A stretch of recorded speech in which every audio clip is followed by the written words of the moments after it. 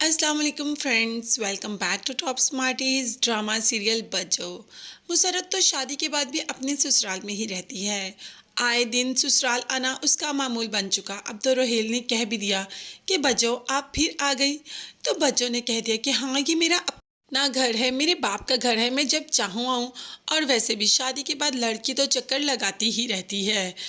ये बात तो मुसरत की बिल्कुल ठीक थी, मगर हर वक्त साथ अपनी सास को तो नहीं लाते ना।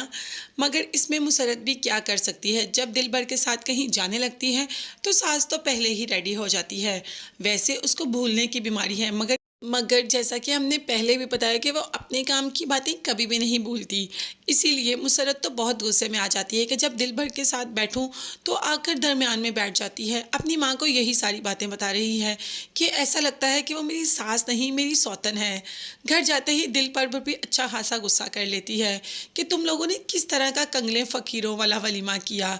देखा था वहाँ पर वो वलीमा लग रहा था, मैंने तो कोई भी वीडियो उसकी पोस्ट ही नहीं की, मेरा दिल ही नहीं किया।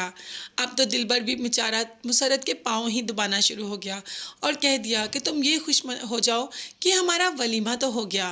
खैर दिलबर तो मुसरत को मना ही लेता है, मगर जब मुसरत किचन में पहुंचती है तो साथ ही साथ सास भी आ जाती है और दिलबर से कह देती है कि इस औरत से कहो कि मेरे किचन से चली जाए। अब तो मुसरत भी सामने खड़ी हो जाती है और कहती है कि ये मेरा भी किचन है, ये मेरा भी घर है। तो इस तरीके से दोनों सास बहू में डंडों वाली वार शुरू हो जाती है। मतलब एक के हाथ में करची होती है तो एक के हाथ में बेलन होता है।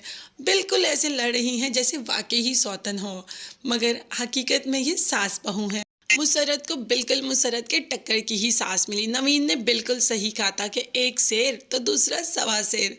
मगर यहाँ पर मुसरत अपनी सास पर भी भारी हो गई और दिलबर से कह दिया कि जल्द से जल्द इस बुढ़िया का इलाज करवा दो, नहीं तो ये मेरे हाथों मर जाएगी।